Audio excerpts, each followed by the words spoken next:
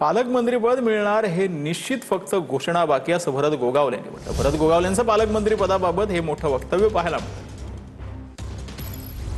सांगितलं झालेलं आहे, फक्त आता डिक्लेरेशन बाकी आहे, त्यामुळे त्यांनी पण काळजी करू नका आणि लवकरात लवकर तेही होईल। आणि म्हणजे तुम्हाला व्यासपीठावरच्या सगळ्या मान्यवरांना, युवा सेना, महिला आघाडी, आमच्या शिवसेना असेल, सगळ्यांनी मिळून मिसळून काम करा।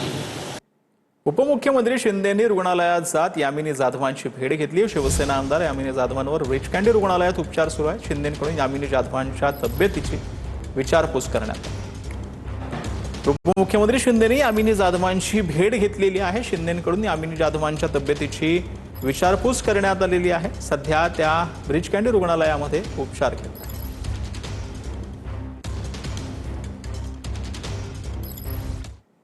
तर बातमी आहे सोलापूर जिल्ह्यामधून। माळशिरस तालुक्यातील संगम येथे शिवसैनिकांनी संजय राऊतांच्या प्रतिमेला दुग्धाभिषेक घातलेला आहे। पालकमंत्री जयकुमार गोरेंविरोधात अवमानकारक वक्तव्य केल्याप्रकरणी सोलापुरात गुन्हा दाखल करण्यात आला। भाजप पदाधिकाऱ्यांनी राऊत यांच्या विरोधात केलेल्या आंदोलनाला निषेध करत यावेळेला राऊतांच्या प्रतिमेला दुग्धाभिषेक करण्यात आला।